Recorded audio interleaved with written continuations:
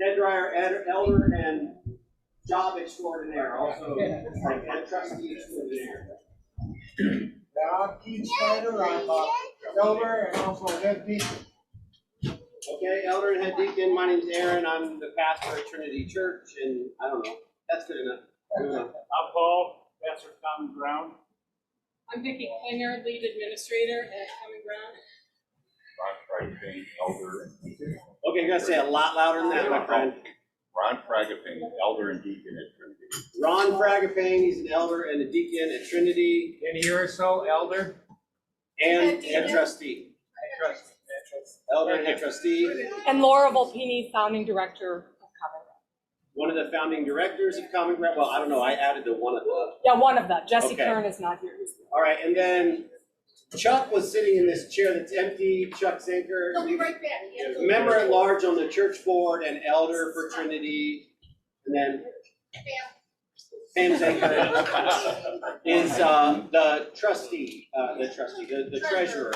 Everything. I love that. So you should have gotten it. If you didn't, just make your, I don't know, put your right hand in and shake it all about or something. If you did not get a piece of paper, are there more over there? There's places for you to be able to write down questions, comments, concerns as we're talking, and just to set expectations. The plan is that we would be able to present some things to you and just kind of bring you up to speed. And then we're going to end our town hall with questions, comments, all that stuff, because we really want to hear. I'm speaking now on behalf of the church board and the elder board. We want to hear what's going on in your hearts, and as I've been asking our church at least to be in prayer about for our leadership and for our church as we just explore. And I think that's the other thing, is we need to underline that, explore what God might have for us. And as opposed to, like, this is not a meeting where we tell you what is going to happen, and we tell you what's going to happen, and then we're going to vote next Sunday. No. I mean, we are recording, but we'll make sure we got the first part of that. No, that's not what's happening. This is an evaluation. This is an exploratory process. So if you have those papers, you want to have those there so that you can be making notes if you have things you want to make notes about. Or if you think of a good question, we want to hear that question. And I would just ask you to make whatever note is necessary for you to be able to ask that question at the end. I suppose, theoretically, did we intend that people might be able to turn in if they don't want to ask a question, but they just want to turn something in at the end? They would do that over here. But I prefer we just talk about what is the questions that you have. Expectations, anyway, we're going to start out with some explanation. And the whole board is up here, and I'm going to remind just the elder board and the church board that the point of us doing this together was because I'm not good at remembering things. So please speak up and fill things in and correct me if I'm accidentally wrong. I'm trying to think. I think that's good enough for setting our pace.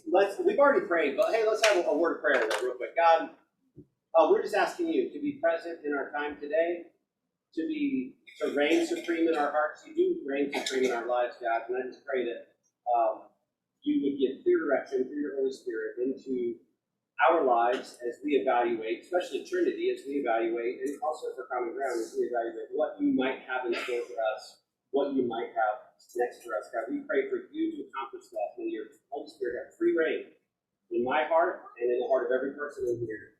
God, help us to be thoughtful and remember the things that maybe we've had questions about, but help us not to forget those things, to be able to actually voice those things and ask those things. We pray to accomplish that for your glory. In Jesus' name. Again, continue to eat. So, kind of a way to bring you up. I'm sorry, I'm playing with this. I don't do heroin. I have a Band-Aid all night. I've noticed that all day long I've been tapping this Band-Aid keeps coming off. I have a Band-Aid on my arm without a problem, and I keep trying to keep it on there because it wants to come off. That's all. That's all I'm doing. Okay.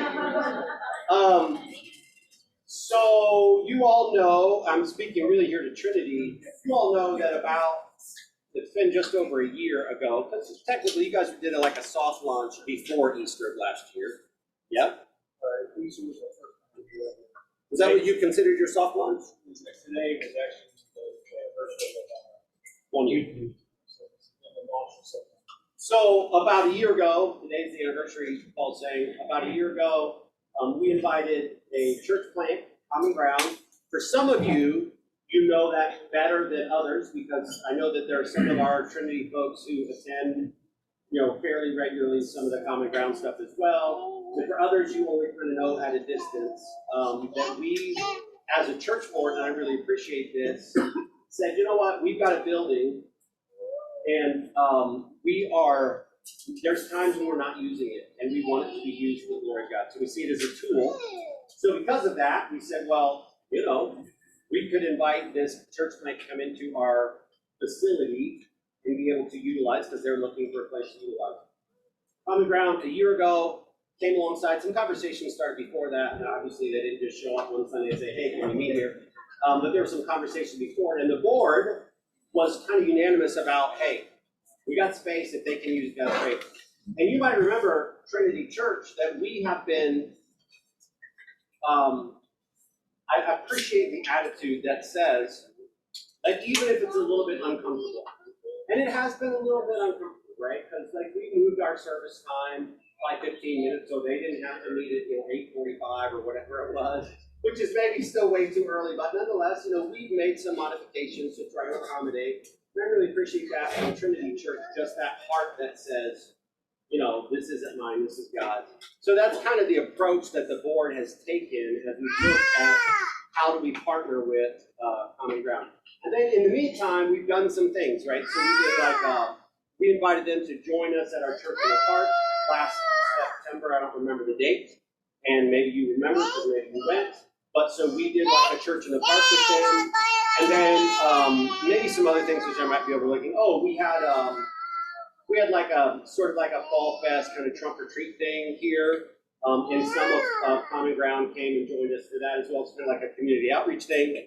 And then Common Ground has a big Christmas concert community outreach that they do at the end of the year, and they invited us to be able to kind of partner with them for that.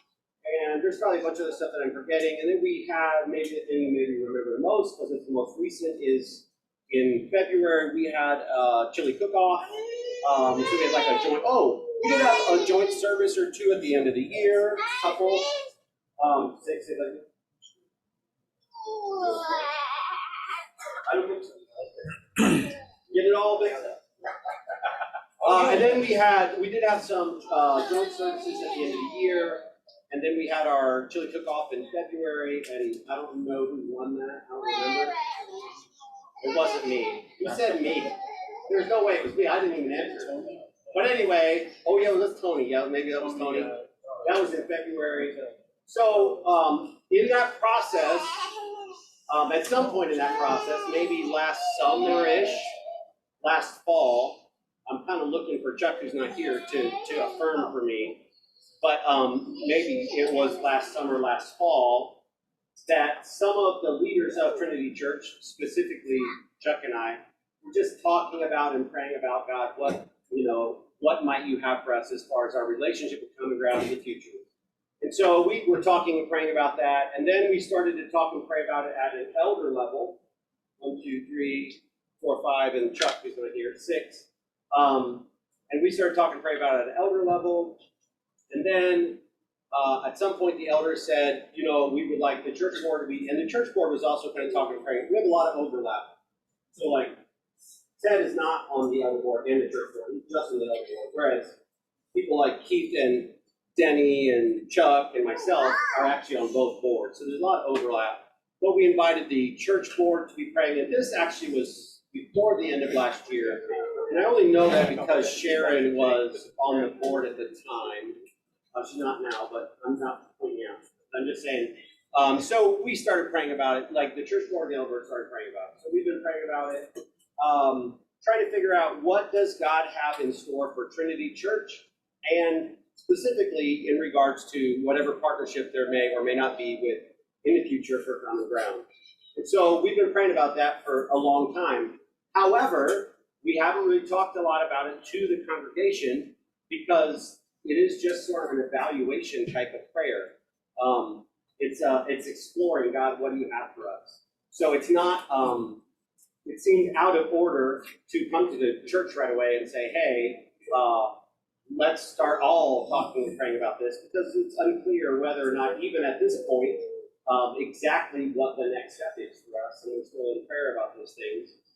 But that brings us kind of up to speed. So then 4 weeks ago, I said, hey, would you please be praying for the church leadership as we evaluate what our partnership in the future with Common Ground might look like. And then 2 weeks ago, speaking again to Trinity Church, and I might have been 2 weeks ago, I said, hey, we've got this town hall meeting coming up, and we'd love to have you join us. And the purpose of this town hall meeting, I'll just reiterate one more time, I'm speaking on behalf of the church, Trinity Church Board and Elder Board, we want to hear your questions, and we want to hear your thoughts, because up to this point, yeah, lots of people have been making phone calls, and I know I've received more than a handful, and Pam, you say you've received quite a few, and other things. But so there's been some, but even those conversations, we haven't really talked a whole bunch, a lot of details. We won't necessarily have all the answers that you're looking for today, but we want to hear all of the feedback and hear all of the questions. That's really the purpose of this meeting. And this would not be as sufficient in and of itself. We expect that there will be further meetings in the future as well, where we'll have opportunity to maybe have more answers and things like that. One of the things that our church, as every church, has wrestled with, an opportunity, right? A challenge for our church has been we've tried to walk through COVID. And if you look at our church, even this morning, which I don't know what the attendance was this morning, but it felt pretty well attended to me. 58. So 58. If you look at our church this morning, you're like, well, it looks a little different than it did if you could get the time machine go back 2 years ago. And some of that is because of COVID. We have folks, and maybe you can think of folks in your mind that used to be very regular that have not really been back at all, right? Some folks who were very regular and are maybe not coming back, right? So statistically, and I don't know what the stats are on it all, I have known them, but I don't have them written down. Statistically, it's a very common experience. Lots and lots and lots and lots of churches are experiencing a sort of a deep breath that happens anytime there's significant change. So one of the places that you're familiar with it is like if there's a pastoral change, right? So Trinity Church specifically, like Jeff was here for 14 years, and there was some good growth happening, all kinds of things. And then Jeff left, and when Jeff left, it was kind of like an exhale, right? And then when we brought on Brian at the time, then it was that exhale, and some people also saw it as an opportunity to leave. Well, we're experiencing the same kind of thing in regards to COVID.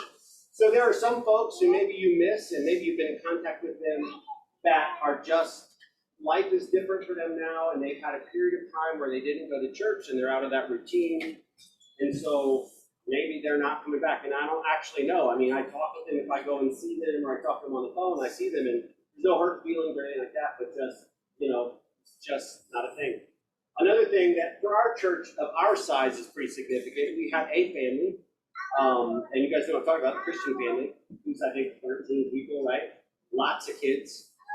And they said, listen, we for 18 years, when we bought our house 18 years ago, this was at the time, now it's been 19 or 20, but when we bought our house 18 years ago, God laid on our hearts to minister to our neighborhood. They live in Slavic Village, if you've ever been out to their house.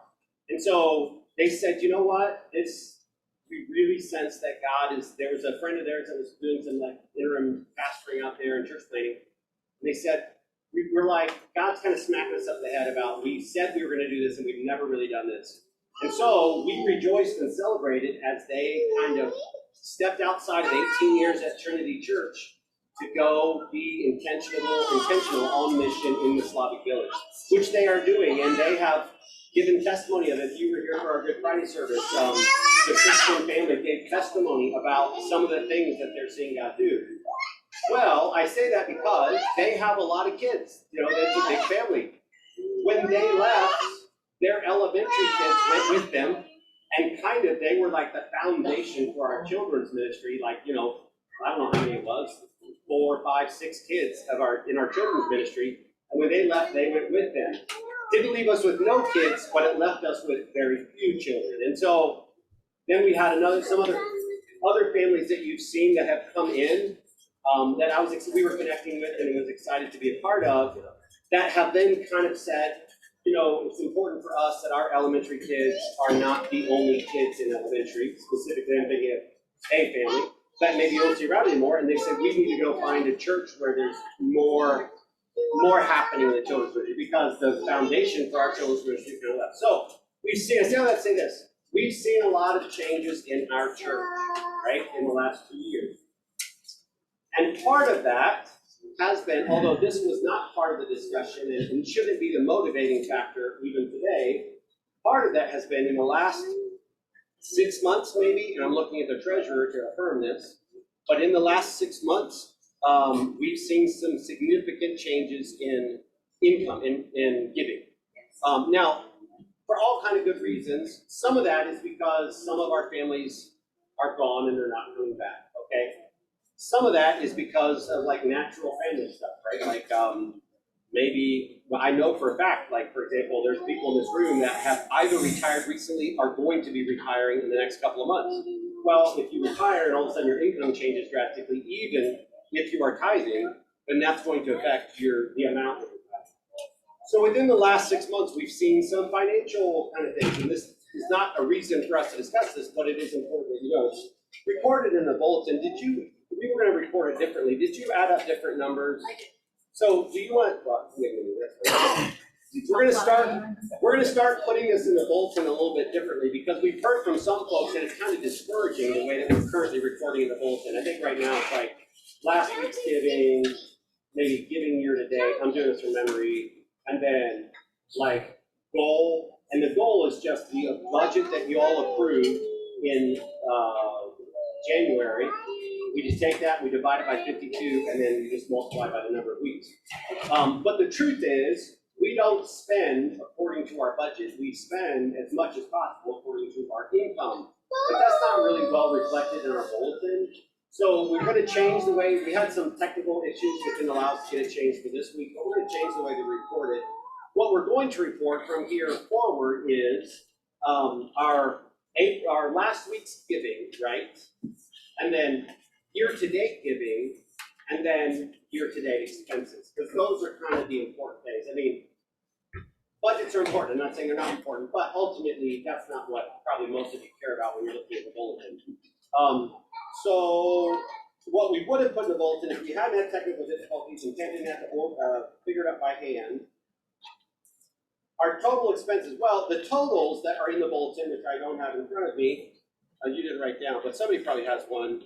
Our year-to-date, or our last week's giving, yeah, so here's what it would read.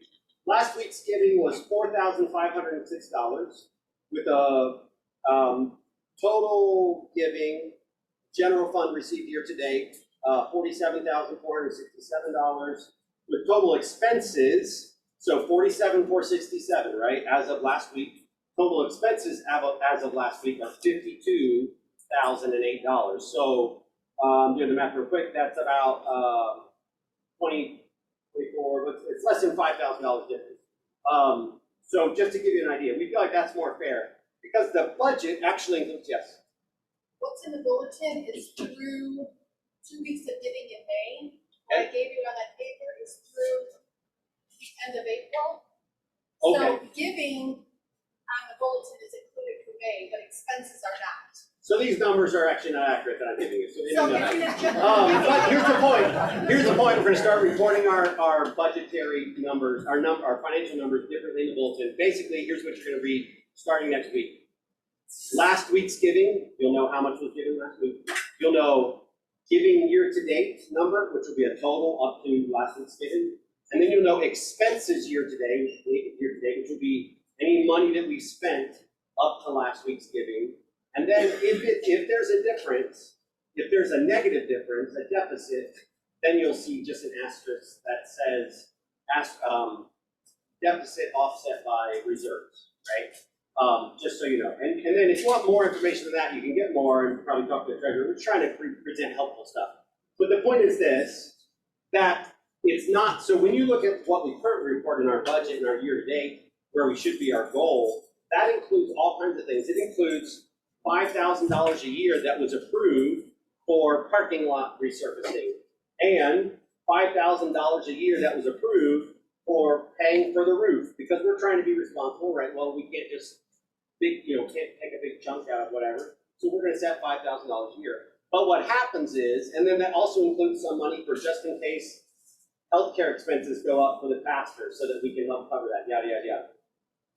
We're trying to be responsible, but what happens is, if our giving at the end of the year does not come in at our budgeted amount, what ends up getting cut, because we are responsible with the money that you give us, we just don't set aside that $5,000 for the roof, or we don't set aside that $5,000 for the parking lot, even though it was approved and it was intentional. There's a deficit and we have expenses, so we get expenses. But we recognize that that kind of throws people off the bulletin and nobody really cares about well, I don't mean that, but very few people probably really care about the budget after the fact, a week-to-week basis. They probably care more about how we're managing our expenses. So we're gonna start reporting that differently, and next week we should have accurate numbers. But we are experiencing some financial difficulties as a church. It's just factual, right? And this is not, for those of you that are giving, thank you so much for how you give. And I know you're not giving it for me, you're giving it to the Lord, and you're giving it to the Lord, and I want to encourage you to continue to do that. But that is a thing. It wasn't a thing when we started talking about this, but it is becoming a thing. It's not a good reason for us to make any decisions, but it's something that we do, that the board does have to consider. So that's one of the issues that we kind of talked about. So things have changed a little bit because of COVID. Our giving has sort of changed some. We talked about some families that are not coming to church anymore just because they got used to the routine of not coming to church. Those kinds of things. What other options we're going to talk about, guys? I feel like I'm missing. I have things, notes written down. There are other things that we have evaluated as a church board, as an elder board, that you feel like I'm not saying in part of our discussions.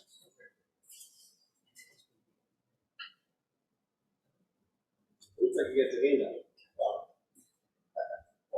You mentioned stewardship, evaluating expenses and coming up with options to reduce it. Oh yeah, there you go. Yes, I have it written down here as options. I don't know what it means. Yeah. So one of the things that we have addressed then as a church board is we said, what are our options, right? Because we are trying to be good stewards, and it's not like, oh, look, what are we going to do? And then we haven't really looked at anything. So we have evaluated quite a few options. I'm just gonna touch on it right now. I mean, there may be opportunity for us to have more discussion about it. Things like, is there a way for us to increase the revenue for the use of our building? And we have lots of different organizations that use our building. We have multiple NA meetings, multiple AA meetings, people that rent the space. I air quote rent because we're not a rental leasing facility. We have people who give us a suggested donation so that they can use the space for a wedding or for a birthday party, those kinds of things. Obviously, Common Ground provides a suggested donation. So I mean, maybe that's a question. So we're like, well, are they doing anything for us? Well, yes. Again, we're not trying to make money, so it's not a ton. We're not asking for anywhere near like market value or anything like that. We're just saying, hey, this should offset our expenses in regards to cleaning and utilities and paper product, that kind of stuff. So one option that we looked at is, well, can we increase revenue coming into the church? Because that would help us see like further out into the future if we can do that. And I'm not saying any one of these is just that by itself, but that's an option. Another option that we sincerely have discussed, though we haven't nailed anything down, but that we're considering is, what if, I mean, let's just be honest, guys, I am the single biggest expense for Trinity. Right? Staffing is the biggest expense for Trinity Church. But when you break staffing down, we have 3 staff. We have someone who does our cleaning, and we have someone who does our administrative work, and then we have me. And so by far, by a huge margin, my salary package is the biggest expense for Trinity Church because we own the building. So it's not like when we have maintenance costs, we have utility costs, we have all those kinds of things. But the biggest single cost is me. So we looked at things like co-vocational pastoring. What if I get a job and therefore we're able to cut back on my needed commitment of time at the church? That in and of itself could make a significant difference.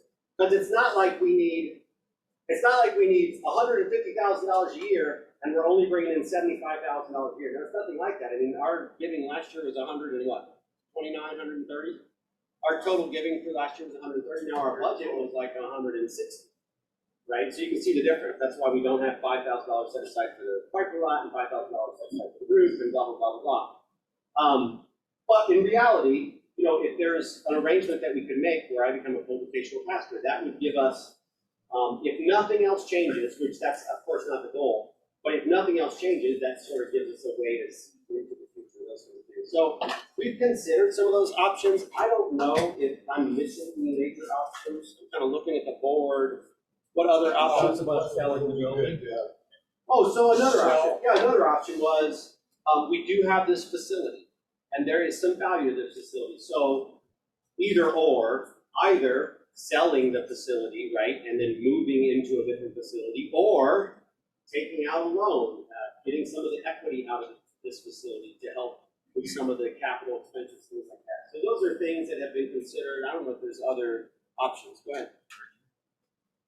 Yeah, and so then that brings us to another option that we've considered, which is what would it look like for Trinity Church if this is what God wants? What would it look like for Trinity Church potentially, and I say potentially because it's very still exploratory at this point, to potentially connect with Common Ground in a more like official capacity moving forward. So, is everybody like I've talked about the other things?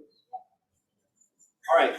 So then that's why Pastor Paul is here, because some of you know Common Ground pretty well, and some of you don't know Common Ground very well, and maybe you don't even remember the name. You just know that there's a church plant happening here. So the board has invited Pastor Paul to be here to just give us like a snapshot, and I made a mistake. I didn't give you a time limit. But okay, You pastor, you didn't give but we've asked Pastor Paul to come and just share from his heart what Common Ground looks like, what their ministry strategy looks like, and what their perspective is on the whole thing. Pastor Paul.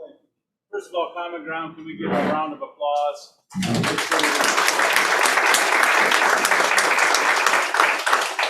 I've got ADD, so it won't be nearly long. I can't sit that long.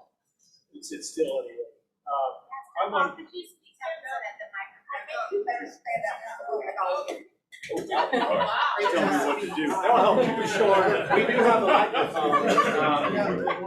You know, about a year and 4 or so months ago, we started looking for a place that we might be able to call home. And we're looking at another building wherever it didn't pan out. A friend of mine from Christ Church, where I worked for 25 years, Jeff Russell, knew a real estate agent on his staff that said, my dad's church might be selling their church. So Bill and I came over and met Aaron. Jessica brought us in, and here it was Chuck's daughter, which I couldn't believe. And then Aaron told me, well, we're not really thinking about selling it anymore. So I said, okay. We were looking at then like a movie theater thing. We were going to turn into like a place we could record broadcasts and stuff like that. And as we were talking through, Aaron popped back in my mind again, and I just texted him while we were talking to the other person, getting ready to sign the lease. And Aaron texted back, oh, I forgot to call you. The elders have been talking about making a way for you to be able to rent space here. And so that's how the initial contact began, and which was amazing to me when I found out Jessica was related to Chuck and Pam. And then last summer, towards the end of the summer, Chuck went out to lunch with Aaron and Chuck, and they said, what do you think about merging? And to be honest with you, I didn't. I was thinking, I don't know, we're such a young church. Things are going really well, but I mean, anything can happen. At this point, even today is only 1 year of week-to-week services. And God has really blessed us, and Christ Church was very generous with us.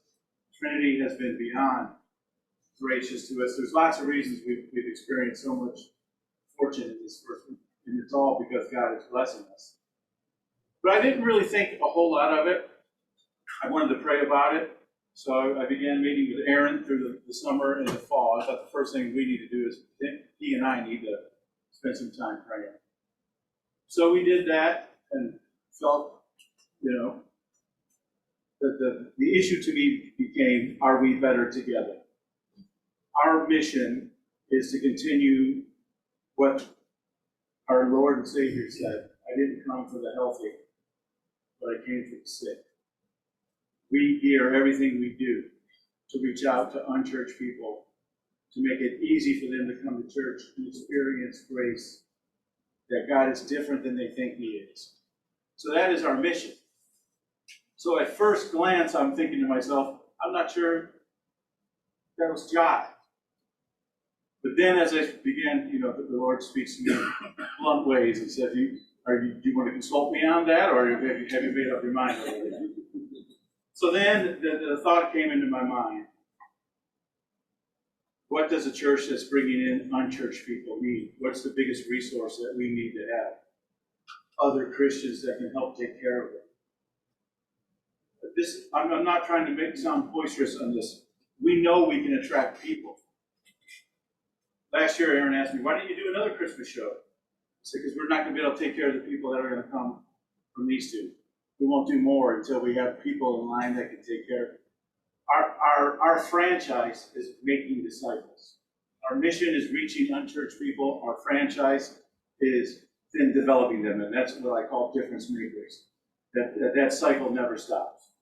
That another big part of our church is everybody gets included.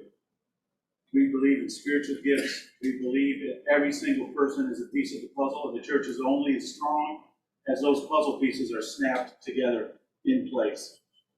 So what does a church in our condition need? It needs people that already know the Lord, that have a relationship with Him, that can take somebody under their wing. So then I started thinking, oh my gosh, this is almost too good to be true.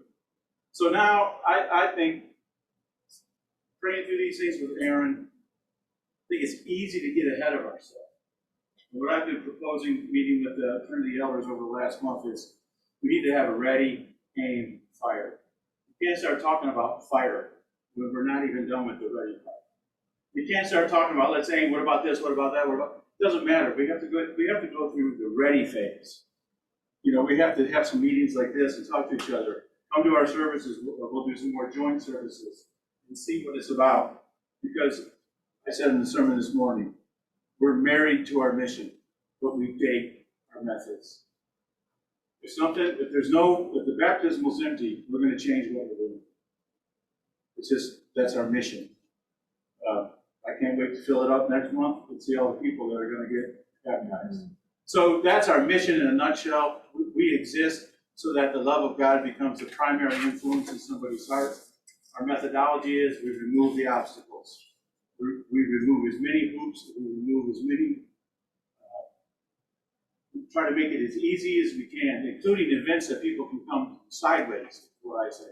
A lot of people might not chance come to church. 2 weeks ago, we had over 80 people in small groups. A lot of people in our small groups have not come to church yet. So we have even more people that are just getting their feet wet. We're going to do these events. People come to those. Then we get into a small group, and then we get into the service. So that's it in a nutshell.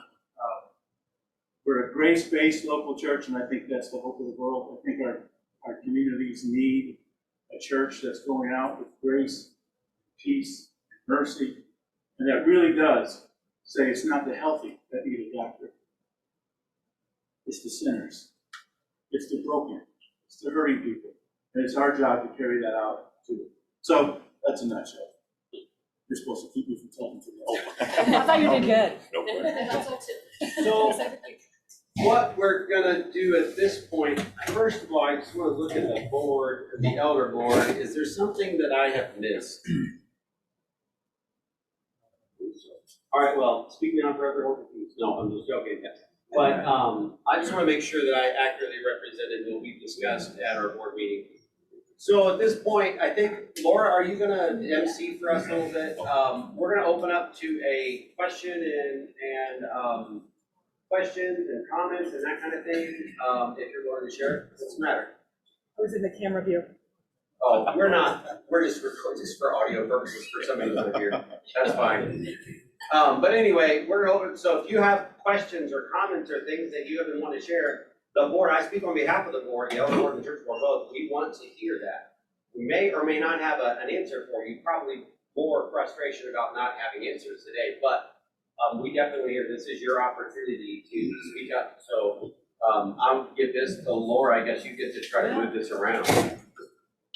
Hello, I just also want to add, if somebody doesn't feel comfortable asking the question, themselves, feel free to give the paper to you and ask the question.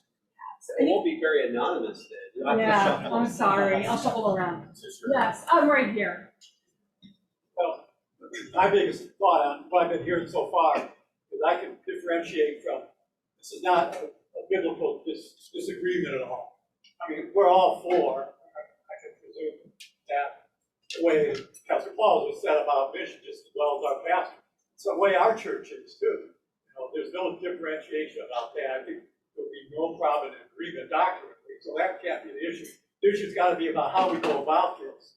And one thing I don't like to see is how we go about this is, up to a couple of weeks ago, I never heard anything officially about what was considering. We only were asked to pray. And I hear it's got to help go out in stages, no doubt. But I mean, even now, this first meeting we have, why couldn't it just be our local church? I mean, we're a local independent church. And no, we've got to have these two big groups of churches. And your church is intimidating in itself with unusual faces and mission and wanting to go forward and feeling like we're dragging maybe behind or slowing us down and going forward, or whatever that might be in the ramification. But I mean, just to speak out our mind is a challenge in this size group. So how we go about it plays a big, big role on whatever we do decide. And I wish we would be a little more demonstrative as leaders to communicate that more clearly and not continue with this miscommunication or inadequate communication. I mean, it's just a simple, sensible, common approach, you know, that we go about it in those kind of incremental steps instead of just throwing a big group together, you know. So I guess that's the biggest thing on my mind, is hoping we can do that approach going forward. Comments from the panel? Well, for a town hall, I want to see everybody. You know, but I think you can't have a town hall. there's some things that Trinity does well, and there's things that Common Ground does well, and I guess, you know, the thought is that why not see what those things combined would look like, that we might excel more in ministering and growing of a spiritual and God relationship. But if you don't have the people seeking for that, or even being inquisitive about what's this God thing all about, if you get them in but you can't nurture them, that's not good. If you can nurture, but there's no one to nurture, you know, it's kind of like putting the left side of the body with the right side, and they become a whole. And so, you know, I understand that it's just, it kind of seems quick right now that, what's this, all of a sudden we're having a town meeting. But there was a lot of thought and discussion till we even got to this point. So I applaud that we're doing this now. Well, I want to say, to speak directly to your comment, Jeff, because specifically what I heard you say is that, and I've heard a lot of folks that have had comments about this, that why haven't we been informed sooner, that sort of thing. I understand it's a difficult, like, I don't know. I mean, every single person I think would do it differently. I can tell you that the attempt to be in prayer about it and be pursuing it and be exploring it. We've met with Jeff Kephart has been involved in the conversation some as well. So the attempt was to try to do some preliminary groundwork before we brought it to a congregational thing. And keep in mind, at this point, we are still in an exploratory phase. I would not say, we're not taking a vote next week, right? We're not there. That's just not where we're at. In regards to our town hall, I think we had different expectations about exactly what it was going to look like. I think there is value for having an environment where Trinity can, it can be pretty much, just Trinity kind of thing. That's not how it panned out. God provided plenty of food, so there's lots of people here to feed everybody. But I mean, I definitely hear that. You're not the only person who said something like that. So I appreciate you sharing that concern.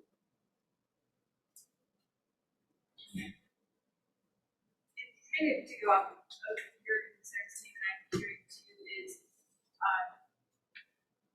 and we don't know which way this is going to go, but as we make these decisions, I think what you're saying too is just because we're a smaller congregation in size doesn't mean our voice should be smaller. So maybe if you're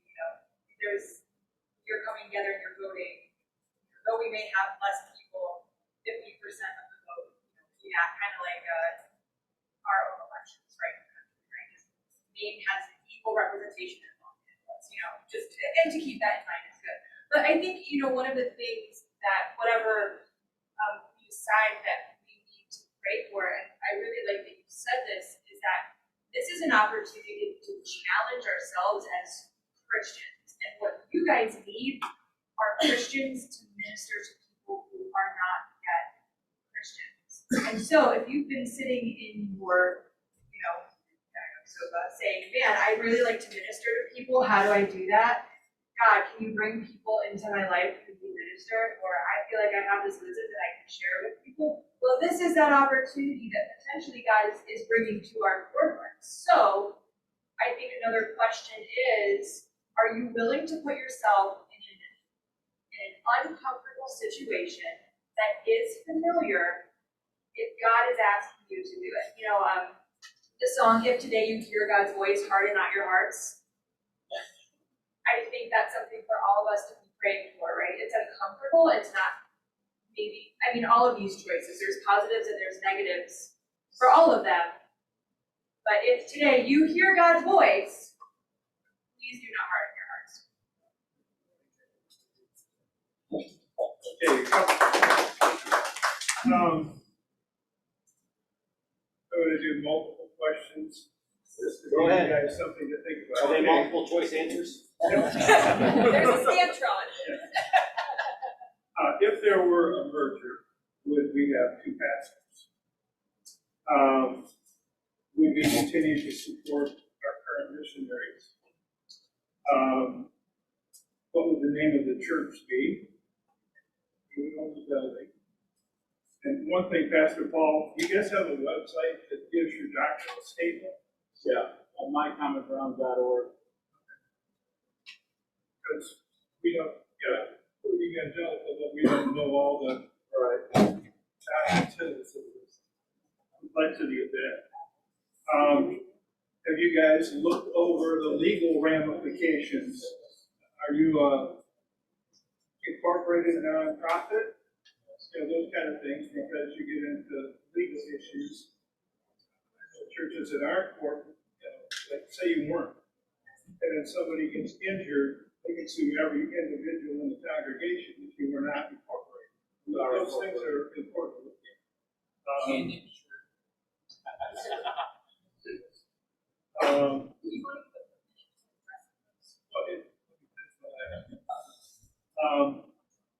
We have to stop and say, what does each church bring to the table?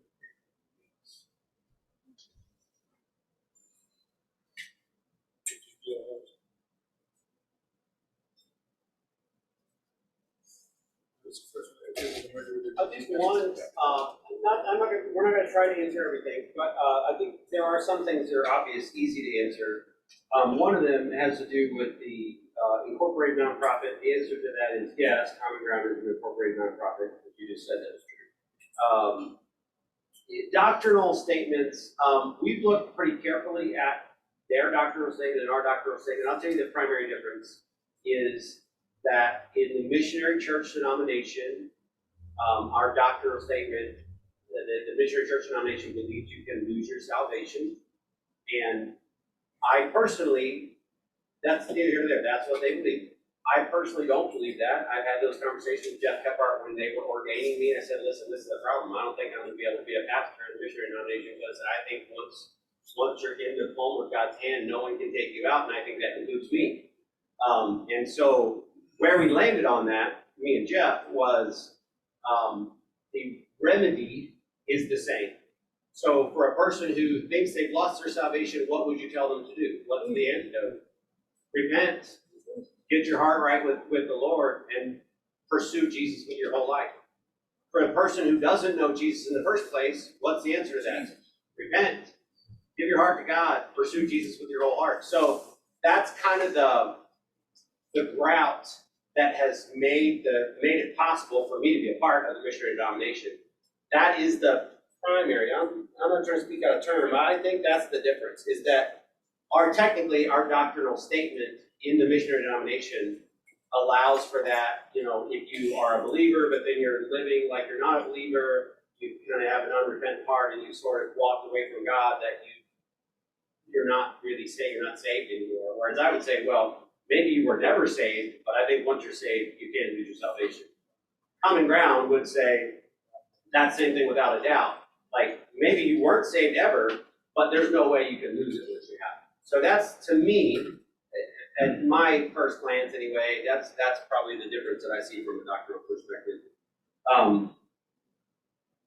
I think the other questions are good questions. Legally, Laura Volpe is also a real estate attorney, so she has kept us on the all the legal stuff going. What each church brings to the table is what I kind of briefly alluded to earlier, of just having some Christian people that are already maturing in the faith, being able to mentor new Christians who might not be as far down the line as we are.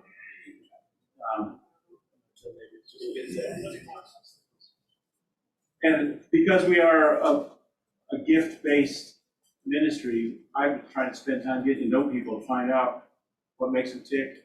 Like, we want to get everybody plugged in where they're gifted. And otherwise, it's a chore and you quit doing it. But if you know what your spiritual gift is and you're making a difference, the people who are far from God today are near God. 6 months from now, you're fired up and you're ready for tomorrow. And so we get everybody involved according that way. One of my big things in ministry is to take care of the people God sends you. So that was one of the other things I had thought about. Putting together a ministry.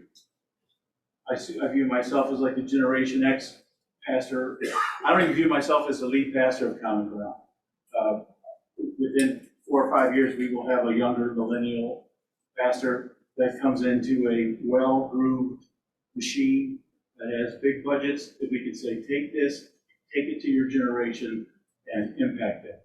And then we will all be mentors to them. But I also have now started thinking about, okay, if our churches are better together, we'll need, I'll say it like this, a baby boomer pastor to take care of the baby boomers. So we take care of everybody. And because to me, if you're not making disciples, if you don't have new people, if you're not hanging out with sinners and you're not making disciples, that's not the church that Jesus Christ said he came to serve. It's just that simple.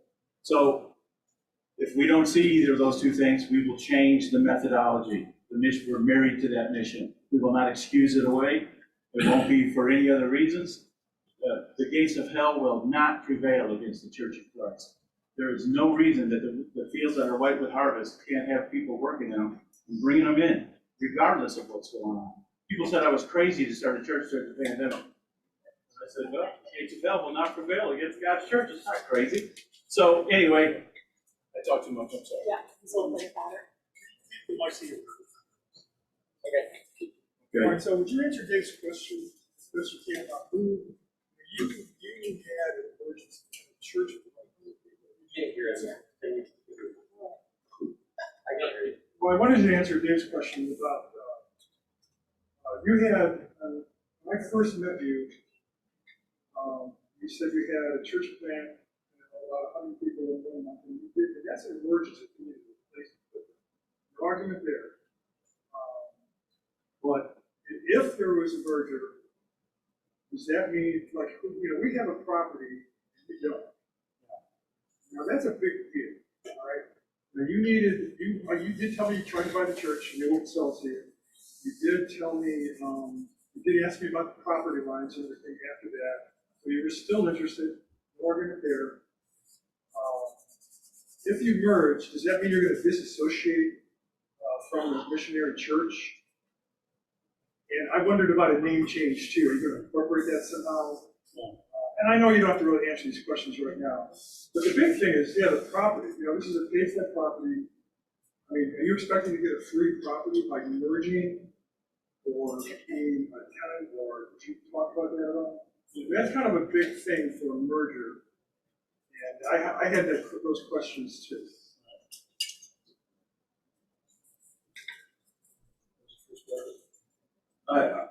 I'm going to talk to Jeff more, but I've already had lunch with Jeff and told him my gift sets are not really well suited for denominations. But I have made a commitment to learn more and to study more into it. But I would tell you now, most likely, I wouldn't be part of it. Denominations, by and large, have a brand, and when you have a more unique kind of approach to ministry, it doesn't really fit in the brand of doing it the way everybody else does it. I don't think we're better than anybody else, but I do think we're very different than the standard church is. Property-wise, in a merge, the property we would become one new church. And again, we didn't bring this idea up to Trinity. Trinity brought this idea up to us, so I want to make that clear. I know. So the name would be Common Ground, and in essence, we would, if it goes to the merge thing, we would become like a new church, one new church together. You have the building, we've got a ministry that reaches out to unchurched people and gets them in. It's like, I love Aaron. As I got to know him, it's really how the Lord spoke to my heart through this whole thing. Because Aaron is a kingdom-minded thinker, and I so appreciate that. And we all, and the board, as I've got to know them, like, we view this property as God's property. It's not Trinity's, it's not the missionary denominations, it's not Common Grounds. But it still has a deed. It has a deed, but it's God's property, and he wants a vibrant church on it. And that's the way we're looking at it. Has whose name on it? Whose name's going to be on it? If the churches merge, it would be Common Ground. It would be Common Ground property. But if we merge, it's our church. This is a 50-year church. This November, it's our 50th year. It's filed with the state, November 27th. They're a one-year church. They're on a high right now because they're a one-year church. They teach in school. The number one way to evangelize is to start with to plant a church. Even if you repent yourselves, that's how they do it. So you can't compare with what they are and what we are. We've been through all these cycles over 50 years that they haven't had yet. All right, so we're not even comparing apples to oranges. It's more than that. So you think about that. If you want to just give away your church and the property after 50 years, just like that. So you think about that. I urge you to think about that very carefully. This is a little shocking for myself. I didn't know this was going to be a group meeting. So, and I think maybe that was Nick. Love you guys. Love you, Common Ground. Oh my gosh. Love you so much. We're a Trinity's family. Trinity's my family. I choose Trinity. There might be better churches out there. I don't know. I don't choose different families. I have Aaron, I have my kids. There's probably better families out there. I'm not going to leave my family. Same thing with churches. There's always a better church out there. And I love my family. I love Trinity. We really needed some family time, I think. So this is really awkward. I was shocked. I had no idea we had this meeting going on. So maybe that was poor communication from the leadership. I love you guys, Contra. Oh my gosh, you have like spurred me on to just being kingdom-minded. Oh my God, I'm wearing my shirt, right? This is the missionary denomination, our vision, to make disciples, to make disciples, to make disciples, right? Trinity Church, we kind of lost sight of it. Right? Maybe collectively, but not individually. I have. Not individually. I'm actively So involved with this that. is where I would like to ask our leadership team, this isn't about common ground. How are you leading us to make disciples?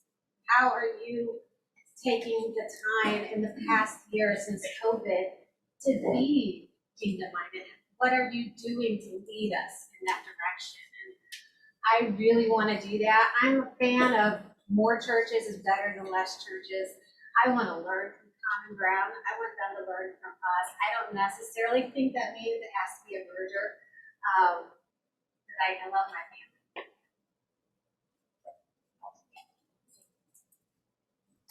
Carolyn's had her hand up over here. I don't want her to get missed.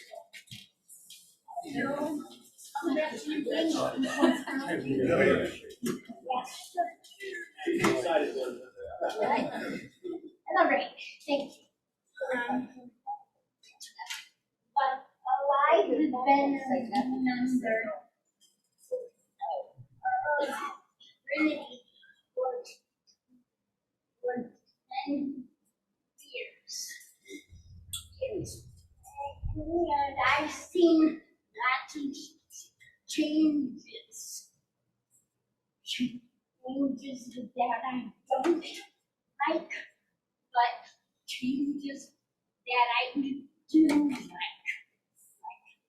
Okay, let's start with these services. Okay.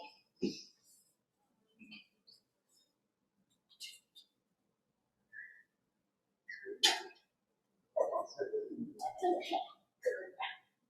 That is on the right side of it.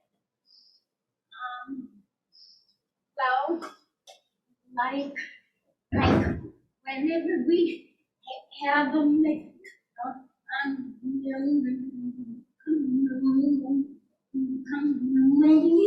now, that is once a month, and it's handed out.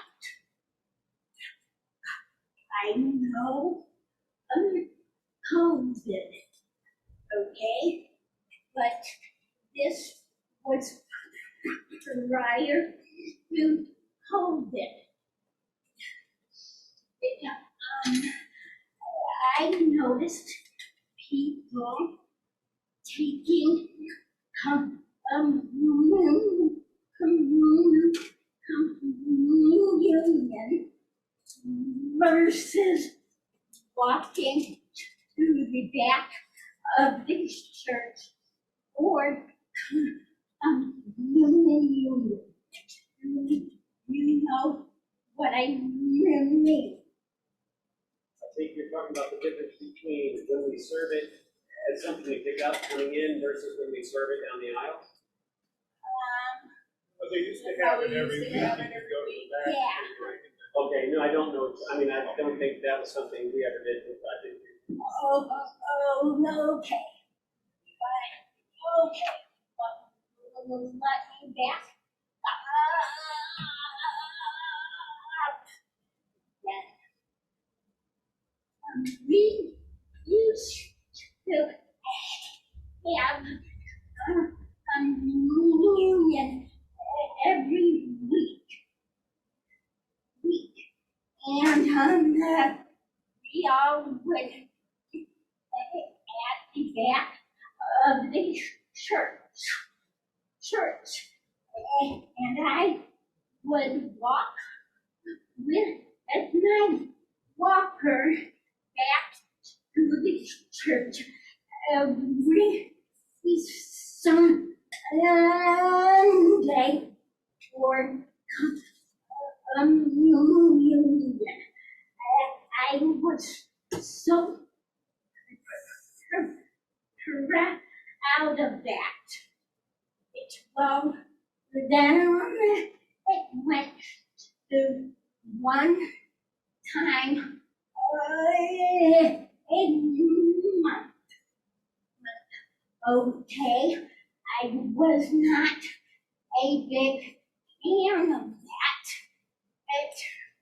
But however, when we started passing out communion, I noticed every person took communion, and they didn't take communion before.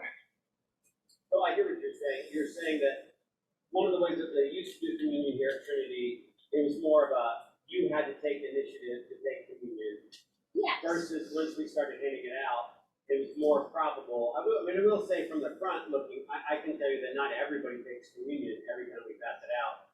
But it seemed like more people were taking communion when we were handing it out than when you had to get up and go to the back and get it. Okay. Well, I just noticed the big change. Yeah. When it went to being handed out. Also, there was third time during the church service on the left hand side of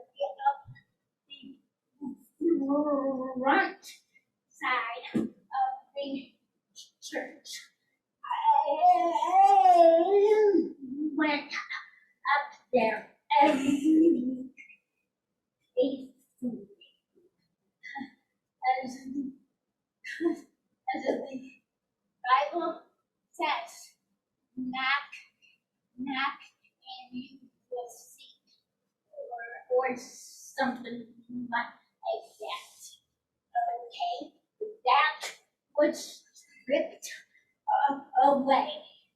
There is no more altar call in the morning service. So what I'm really hearing, I don't want to shortchange. I'm going to try to summarize what you're saying. What I'm hearing from you, Carolyn, is that there have been changes in the service over the last, we've been here for 10 years. Yeah. There have been changes in the service that you are dissatisfied with. Yeah. From back whenever. Because like the communion thing, I know was well before I was here. I've been here 5.5 years, so that was 6, 7 years ago, something like that. But that's your concern, is that the service has changed in the last number of years. And I know change is inedible. No. Inevitable. Inedible. Thank you. You talked about at the end of this service, will you talk to the elder? No, I am talking about the church service. Okay. I know that change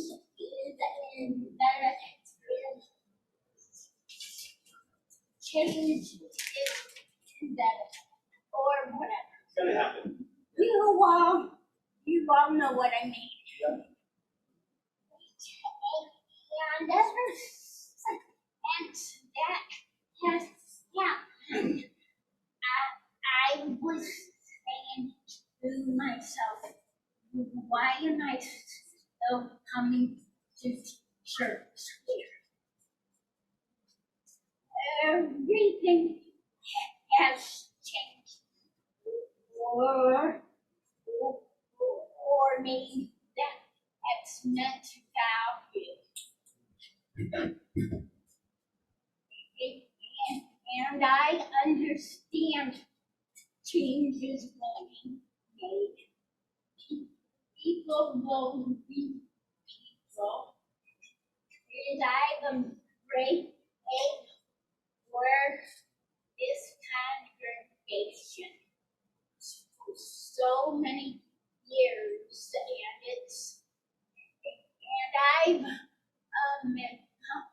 gotten like to the conclusion that people are gonna be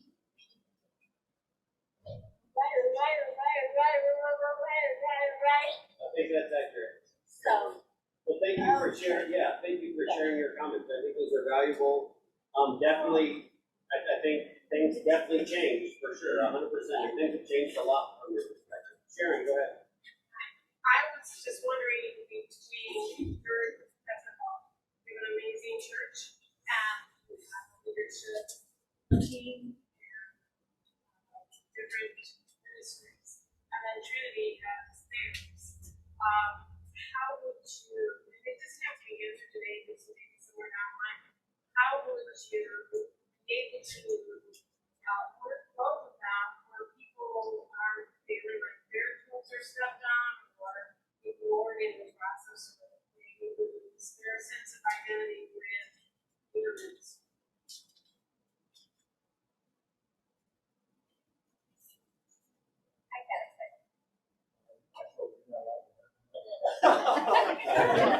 Oh, you're done, okay. Just to answer the other question too. I know her. I think that would be tied back to, we don't really have voted positions. It's all based on giftedness. It's all based on wiring. So there would be some leaders from this leadership team that joins our leadership team. There would be some deacons that go to deacons. But we would have to spend time getting to know what everybody's strengths are and what their wheelhouse is, and we would plug them in accordingly. And I also would like to say, bring a little comfort to the room. We are in no way, shape, or form ready to talk about merge. I think there are so many issues that have to be dealt with and thought through. The first thing Aaron and I found as we started really thinking about it was our gift sets kind of matched really well. But the only way the mergers really are successful long-term is when the leadership teams are cohesive. So you have to have that leadership team built first. Some of the questions about why did we wait and blah, blah, blah. To me, I would wait even longer. Just so much information was being leaked out that I thought we had to get in front of it. To me, I don't even know that we'll get out of the ready phase. You can't go to AIM until ready is figured out. We won't go to fire until AIM is figured out. Because when you prioritize it, now you become effective at working through it. Otherwise, it's like a flag flapping in the wind and you're just dealing with side fires all the time. So our leadership structure is, I'm surrounded by really great people. Pam and Chuck came to one of our meetings, and but we believe there's an empty chair. Like, I've had people say to me, even musically, that are musicians, they're like, well, I don't know if we can play here. I said, yeah, everybody can play. Just come on Wednesday night and talk to us. There's a place for everybody. And I think it's so valuable to really discover how God has wired you and serve in that capacity, and the kingdom is advanced when we're serving in the right spot. And when leadership is in place, and there's a vision, and the mission is pushing that vision, there's excitement. And without that, there's an unraveling. So I think there's a lot we have to talk about getting to some of these other points. Not that we're not talking about them, but to have a systematic approach. Why waste everybody's time if we're not going to get out already? We could sit and talk about AIM and fire. We'll talk about them when we get there. Let's have the space to get through ready first. That was kind of my ask 6 weeks ago. Can we just have some silence to figure out, is God, what is he doing? If God is in this, you don't want to kick up against it. Doesn't matter what you do, you won't stop it. And if he's not in it, it doesn't matter what we do, it'll crumble. So for me, the whole point of where we're at now is this ready phase, which I call the investigation, drilling down. Can we create a cohesive leadership team that feels passionate that God is with this and with us moving forward? If we get to the end of that phase and say, no, I don't think so, then God has another relationship for us. I believe he's crossed us up somehow, but understanding exactly how, I can't tell you that I know. So that's, Yes, take it away, Laura. Take it away. well, Rachel had her hand up. No, wait. Rich has been waiting. Navy man. Dan, in regards to your question, I understand. I also understand that. I know you don't use the mic. We can't hear you. Please use the mic. I'll start all over. Dan, I understand your question, but there are other things that need to be looked at. One, yes, if Common Ground took over the property and the church and financially was able to support it, whereas if we continue to not have the finances to support this church, who does it wind up going to?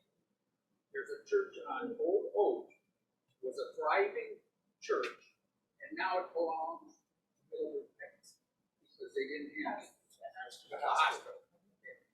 They didn't have the finances to sustain the church. So what would be better? I offered to do a message, sir, I don't know, it's Steve Garden, that's not the time. My church went under because. That mic is not working. It's infrared, so I have to hold it up to get the signal. All right, so yeah, that church, there were two churches that were about to go under. I called them both and I offered to do a free a message and a service for music, the music for free. That was one of them, Old Oak Church. My son's friend, Steve Barbie, was the pastor. The original pastor died. Where's Lou at? Is he here? They went to that church for like 30-some years, right? They went to that church. Yeah, okay. So they went. So yeah, and I went there and visited the Frank family. It was the last time we saw Ilona before she died. And so the pastor, the longtime pastor, died, and the virus came, and then they were a private church like what you are. They had a pastor and 3 elders. Steve's father was one of them. They borrowed against the church, just like what you just said, and that's what did them in. They merged with the Baptist church in Parma, because Baptist church doesn't really have a hierarchy, it's more of a method of running the church.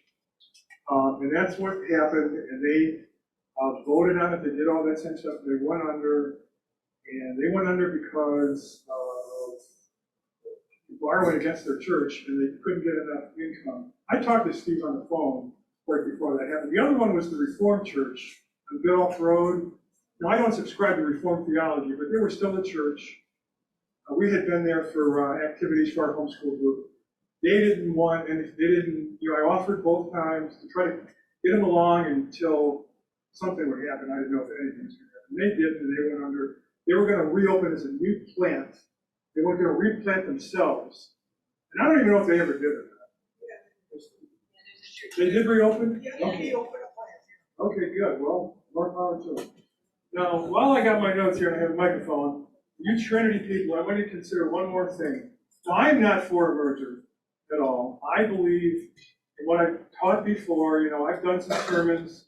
When before Aaron and Jennifer came and we did some sermons, I believe in this concept of a remnant. The Bible teaches remnant from one end to the other. Starting with Noah and 8 people that repopulated the world, with Gideon and his 300 out of 20,000 soldiers. Elijah was told by God that there were still 7,000 more Jews that didn't bow a knee to Baal, and over and over and over again. When we were bigger with a couple hundred people, and Jeff was here, and then he left, and then some of them left. Then when Brian came, and then, we lost a lot of people after that. Then the virus came, and we lost a lot of people after that. So we're still here, and you brought that up, which was good, because they're not. They were 50-year churches too, both of them. And they're gone, and we're still here. And even though we're in this season of money, it is not an obstacle. It might seem like one right now. And are you going to heaven? Just for me? No, I'm asking you. Are you going to heaven like if you were to die today? Me? Yeah. Yeah. Okay. So let me tell you something about how do you know what God wants? All right. Well, it doesn't send the angel Gabriel down here with a message and tell you, well, this is what I want. If you're saved, you know you're going to heaven. Then do what you feel in your heart that you need to do. And don't think that God won't bless it. Don't go to websites to try to figure out what your spiritual gifts are. You know what they are. Okay? But sometimes we can't see the trees through the forest, or the forest through the trees, and that kind of thing. But you do take the time to make your decisions, because fast decisions are almost always wrong. I think that this church has God uses always a remnant to accomplish his purposes. The majority is always wrong, all through the Bible. He always uses a remnant, and I still think that this is our remnant. And I don't know what all the answers are, but I walk in faith just like you do. Listen to my heart. I'm going to heaven too, and I know that now. I teach people at work. I do whatever I can, and just take one day at a time. You only can deal with about one day at a time. So keep that in your mind, and don't, there are people in our leadership and on our board who think that we should have. They don't think we have a future. I've heard it with my own ears. I'm not going to rat anybody out. But there are people who think that. I don't think that. I don't know what's going to happen tomorrow. I want us to go forward. I don't think we should give away our 50-year church with this history because it's bad right now. It's been bad before. It's been good. I've heard during the virus, he was worried about the money, but I heard all the giving's real good. I heard all that. We go back and forth with the money. So just because it's bad today doesn't mean it's going to be bad tomorrow. So you think about that and listen to your heart and contribute both your money and your time. And I believe that we can go forward and we can be the church. We hear from Rachel for sure. I don't know who else. First, I want to address what Jeff and Jenna were talking about. That they thought it was going to be a Trinity meeting and that it's still overwhelming to come around here. But I think that we have to remember that it doesn't just affect Trinity Church. It affects Common Ground too. And should we end up in a relationship together, they need to get to know us and we need to get to know them. And Trinity Church is my family. I've been going here for 28 years since Chuck and I got married. But just like with our family, as our kids got married and we had grandkids, our family grew. And it made it better. We don't have to stay the same. We can grow our family with doing whatever it is we're going to do with Common Ground, whether that's we merge or whether we have a relationship with them. As far as I'm concerned, That's how this church came into being, by the way. 3 other churches coming together to form this church, merging. right. So 3 churches. 50 years ago, and I was a part of that. Yep, so 3 churches came together, created Trinity. They merged because there was. And all 3 of those churches could have sat there and said, nope, we're not gonna do it. They were missionary churches. They were missionary churches. So I There's just. nothing sacred about the missionary church.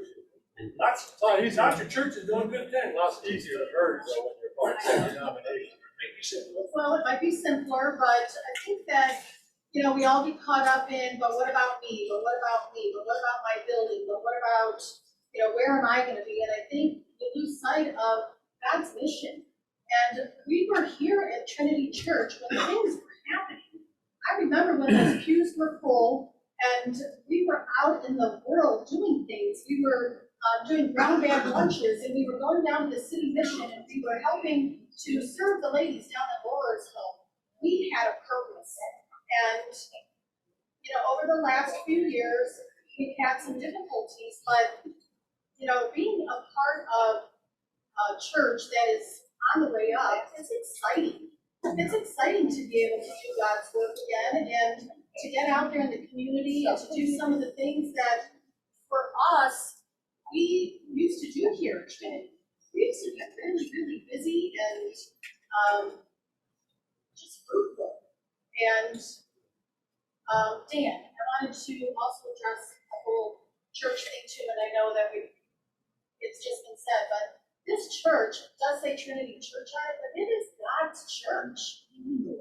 I know you know it, but whatever gets the mission done, it doesn't matter whose name it is, whose name is on the deed. What matters is getting God's word done. We're here for that purpose. We're not here to come and fill the pews every Sunday and just listen to the sermon and then go home and not do anything the rest of the week.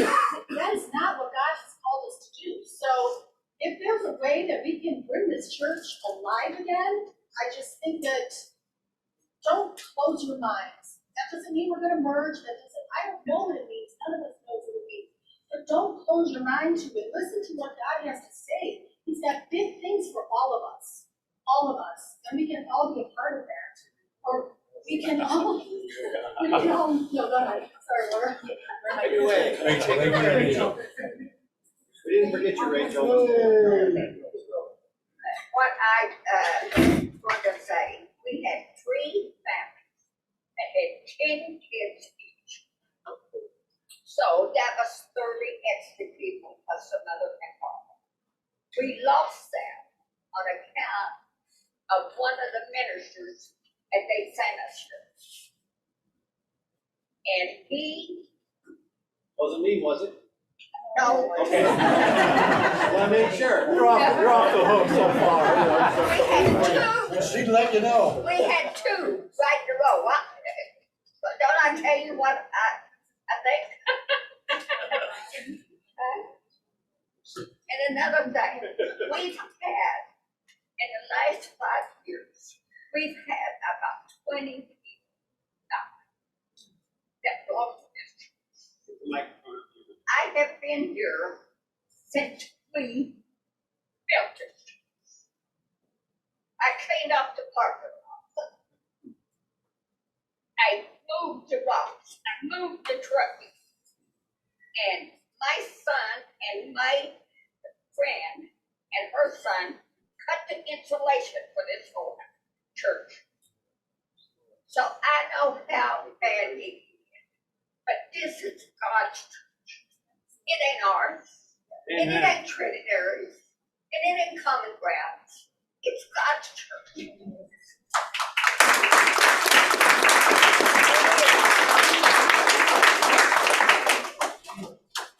Just to comment on that, I remember Ray and Kathy Tinker. You all know Ray and Kathy Tinker, and obviously they can't be here because their life has changed. Their life has changed. But I remember having a conversation with Kathy Tinker. Apparently, she used to be the treasurer. I don't know. She used to pay bills for the church, and she told me, and I had to ask her like 2 or 3 times because I just didn't believe her.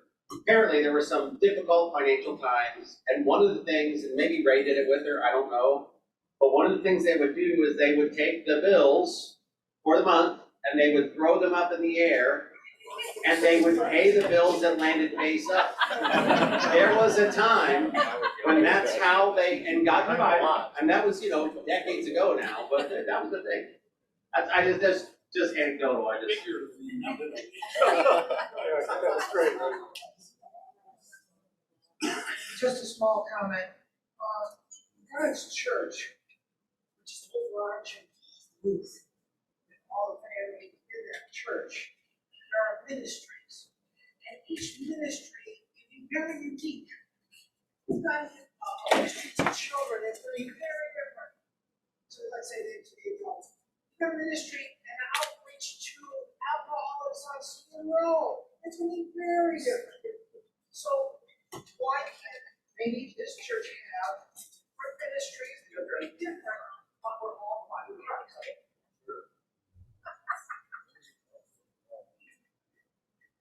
I get to be reminded on Tuesdays and Wednesdays that I'm not as young of a man as I used to be, because Pastor Paul just looks at me from one end of the wrecking ball to the other. And in my mind, look, everybody in here, 50 years is a young man. We're seasoned Christians. I hope all of us. We should be, and what happens, no matter what we want to happen, God is going to do exactly the right thing.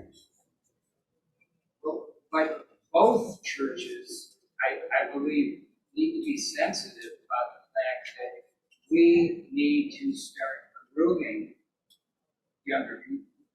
We need to go out and all sons, I believe, studying to be a pastor and minister. And I don't know that he's the only young man that I know that is doing it. I don't know it, and I know a lot of young guys and women. But I think with respect to both churches, with a group of seasoned Christians, that we should be focusing on contributing our God, the gifts that God has given us to advance His kingdom. And I believe that that is really going to be necessary to attract these younger people. That was a good invitation for me. Thank you. There you go. My name is Jessica, and most of you probably noticed I'm Erin Jennifer's youngest daughter. And if you guys notice about us, we came from a church called Trinity Church. That's where I grew up. I spent the first, I was young, I was 10 years of my life there. It was a mega church.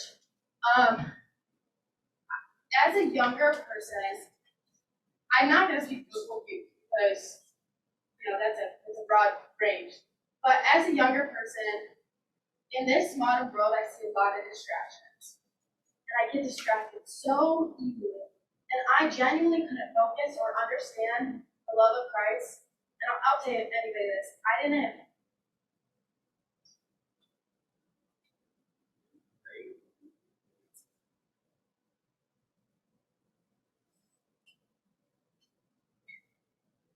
Somebody hug her quick. I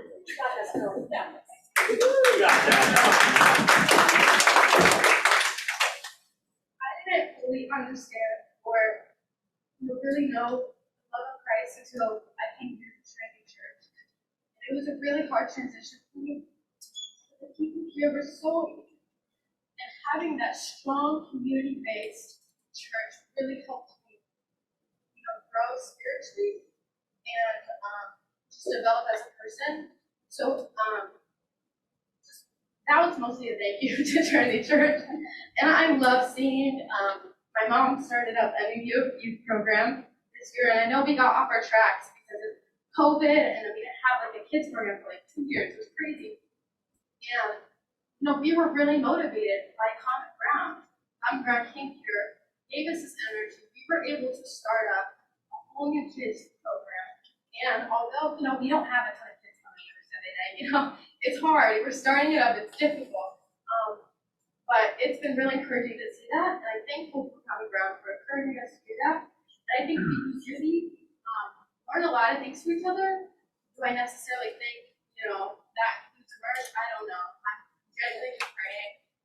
But I want to say there are some really valuable things about Trinity Church, and no matter what happens, we're all family in Christ. I want to make sure that those strong foundational things move on, especially for the younger generation, that we keep this strong community base. That's what, for me, that's what drew me into my spirituality.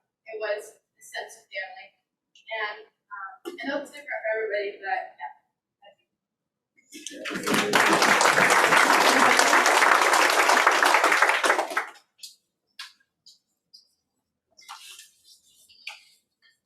So I'd like to share a little bit of my testimony because I think it kind of applies. For the first 6 years of my professional career, I was an elementary school teacher. So I graduated in 2010, and if you know anything about the teaching market in Ohio, you know that we produce way too many teachers. So for 6 years of my life, I was a Title I teacher, I was a substitute teacher. I finally caught my break, and I got a full-time job in Tennessee. I packed up, I moved down south. I was so excited, and it was the worst job I have ever had in my life. Now, I felt that God had called me to do this, so I went next. The school district was horrible. I wasn't supported. I was called a baby. Like, seriously, and the principal would tell me to do one thing, I would do it, but really it was this other thing, and I'm like, I just don't know how anything can be done here. And so I was crying every single week, and I am not a crier, okay? It was horrible, and I became depressed, and I decided in October of the school year, and maybe start a little bit earlier in August, that I was going to quit. And I felt so absolutely defeated, and I felt like a failure. However, moved back to Cleveland, I said, okay, God, I love to teach, and I would like to travel. Help me find a job. I found a job in tech, and so now I train people in how to use technology. And I absolutely love it. I had never thought that I would never be a teacher. And I felt like the biggest failure when I had to leave Tennessee.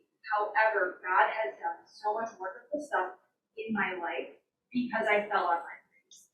And so what I want to get across is that how do we define success? Success is not only succeeding. I think success as a Christian should be defined as, did you do what God asked you to do? And for me, when I moved to Tennessee, yeah, I did what I felt like God was calling me to do. So I think that for everybody involved, we have not just one decision. There's 3 different options that were presented to us today. So we can't lose sight of that, right? There's 3 different options, and there might be like a 7th option that nobody has even thought of yet. So what I want to encourage with everybody is we may choose option 12, and it may not go the way that we first saw it going. However, if as congregations, as brothers and sisters of Christ, if we feel like this is the way that God was leading us, then we need to have security in that. And like, none of us should have our minds made up. We just started, like, this is like the beginning of the relationship, right? We just started thinking about it. So we don't need to be harsh set in our ways. Last thing, most of you are married. I am not. But I also want to think too, like, probably when you first got married, you had 2 different family structures with 2 different ideas, and you had some growing pains with that. But your spouse was worth it, right? So that's something we may encounter with whatever decision that we make. Like, it's a marriage, it's gonna be messy. It's family stuff. It's gonna be messy and it's gonna be hard, but can we all, make sure we listen to what Christ is doing in our lives?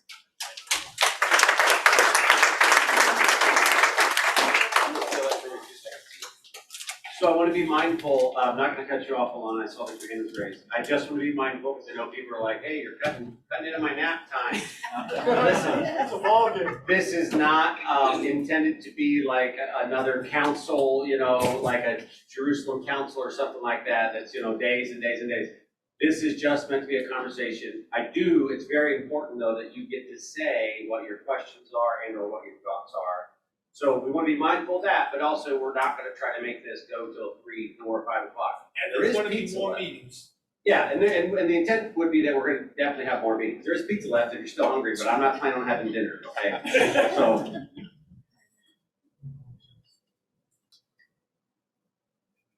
So, I think that right now given the situation that we're in, it's really easy to feel like we're kind of fighting against each other, like we've got 1, 2, 3, maybe 4 opposing forces, and only one of them is going to win, and everyone else is just going to have to suck it up. But I think, so I feel like what's happening in Trinity right now, I've got like the same kind of thing going on in my life. I've got between life and job and class and everything. I won't go into specifics, but there's a lot of stuff going on. It's like my future's pretty uncertain right now. And sometimes it feels like the different paths that there are, none of them are very good, but one of them is going to happen. It feels like one way or another, something will be a con. And sometimes it feels like, I'll just give a little bit of detail just so you know. One of the options in my life is going to be, if Brendan is able to get a job in Pennsylvania, I will be able to continue school while we're married. If he can't get a job in Pennsylvania, then I have to try to transfer schools, which who knows what. And so it kind of feels like sometimes I feel like I'm battling between, okay, well maybe he should suck it up and just get a job that's maybe not exactly what he wants in Pennsylvania. Amen. And and I think my dad is on that field, but then I'm also like, but then it sometimes feels like I'm fighting against Brendan. Maybe I should suck it up and just try to transfer schools. And it's hard for me to not get defensive, to not be like, oh, well, me transferring schools is just infinitely worse than you having to work at a job you don't want to for a year and a half. So I think it's what I'm trying to say is it's an important lesson to think, step back and think, neither of us is trying to hurt each other. Neither common ground, Trinity, nobody in this room is trying to hurt each other. Nobody's trying to pick the wrong decision. Everybody, when they're voicing their opinions, they're voicing what they think would be best. And I think when we approach these topics, we need to keep that in mind. Because if we don't, then it becomes a battle. And this shouldn't be a battle. This is a town hall meeting. This is a discussion. This is helping each other understand those places so that way we can come to the best decision collectively. This is not fighting. Somebody's going to win and somebody's going to lose. This is, we need to win together.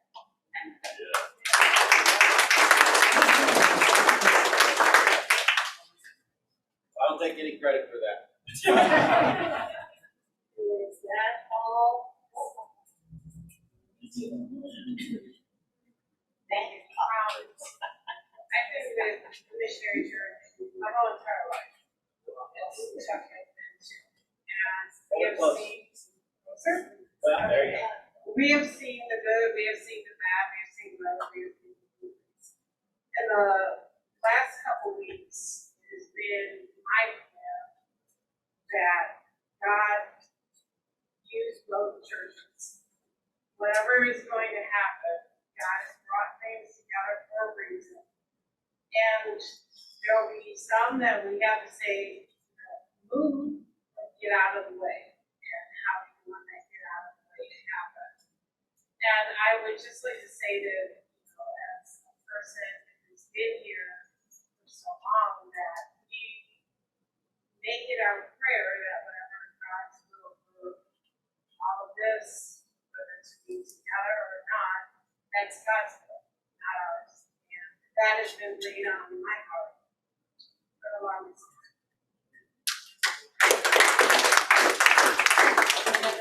Why'd you say one thing? So my name is Kelly and I'm with Common Ground, and I just want to, first of all, I just want to say thank you everyone. Whether you agree, you don't agree, showing your vulnerability in front of all these people and being willing to share your thoughts is huge, and I appreciate that. I don't want you to think that Common Ground knew all this. Like, we're all sitting here learning all this at the same time as you are, just so you know. I'm learning all this going, oh, okay. And, you guys had a lot of questions, and I'm thinking, man, I wish I would have thought of something. But I didn't, but I listened. And what I heard overwhelmingly from every person in this room is that we are all here for the glory of God. Every one of us who was sitting here, when people were talking, were nodding their heads, saying, yes, we are here for the glory of God. We're here to grow His kingdom. And that's what I want to take away when I walk out of here. When I walk out of here today, what I want to know is that is one thing we all have in common. We all have that in common. How we get there, we don't know. We don't know. And I love what you said. We have to be intentional about our prayers. I don't know the answer. I don't think anyone here does. But I know that when I go home tonight, I'm going to be intentional about how I pray for God to use each of us to grow that kingdom. So thank you. Amen.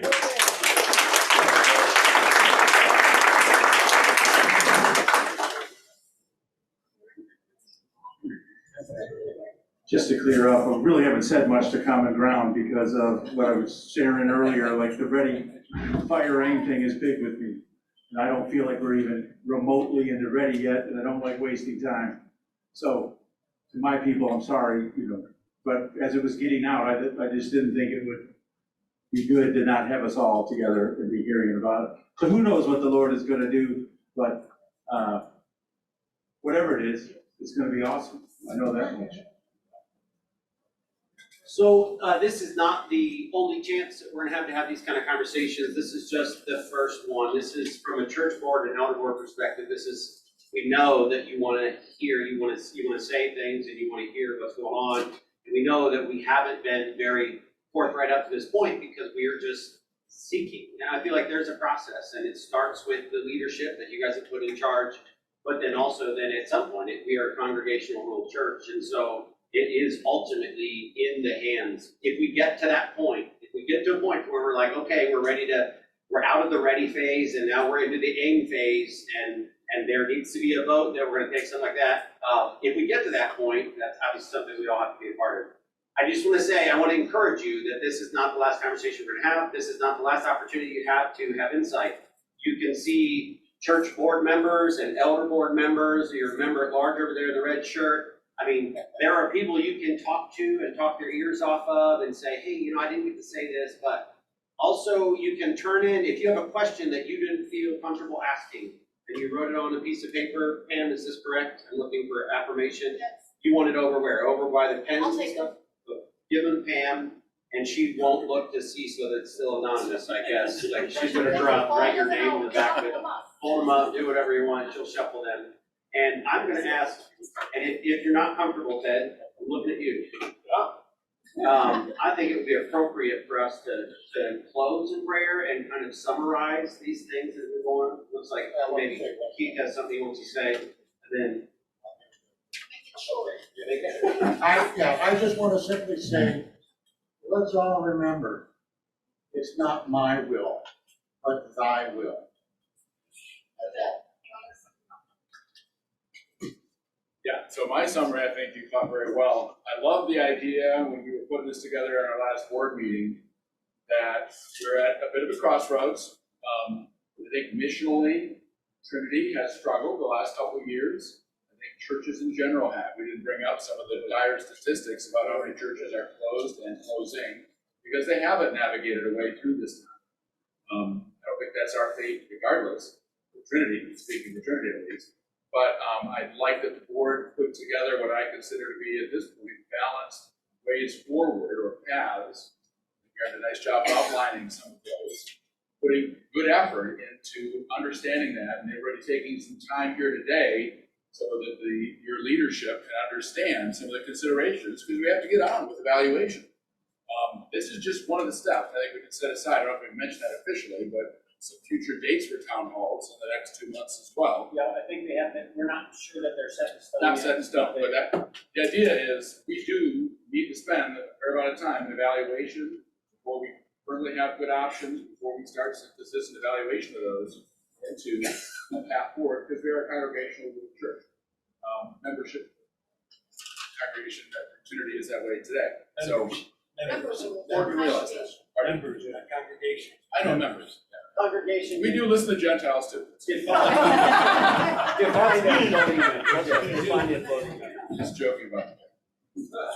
Please join me in a word of prayer. Oh God, it is so refreshing. I know I face this day a little bit with some trepidation because there are some very high energy and charged emotions going into this. I think people in this room invested their lives in a church. But help us to see, as so many have pointed out, I'm so joyful to hear this back from so many, that it's your church. And we seek with our hearts where you'd like to lead us. Right now, we meet as two different groups, and we considered one of the paths forward for Trinity is to joining in a more serious relationship way with this beautiful group of brothers and sisters, common ground, that I'm so glad you brought into our lives. I celebrate that, and I just give you the glory, seeing some vibrance and life that can happen in other places as well. So God, please, speak clearly to us. We don't want to go out front here, but we're following you. And during this summer, it's a beautiful day to be celebrating. Even though we had to spend a couple hours here indoors, but let joy fill our hearts. Not just all the difficult things that might be ahead, but the things that have happened and will happen because we want to follow you. So God, thank you for this. Keep us safe. We'll meet together again. Celebrate a great time. In Jesus' name. You're dismissed. Go and be the church.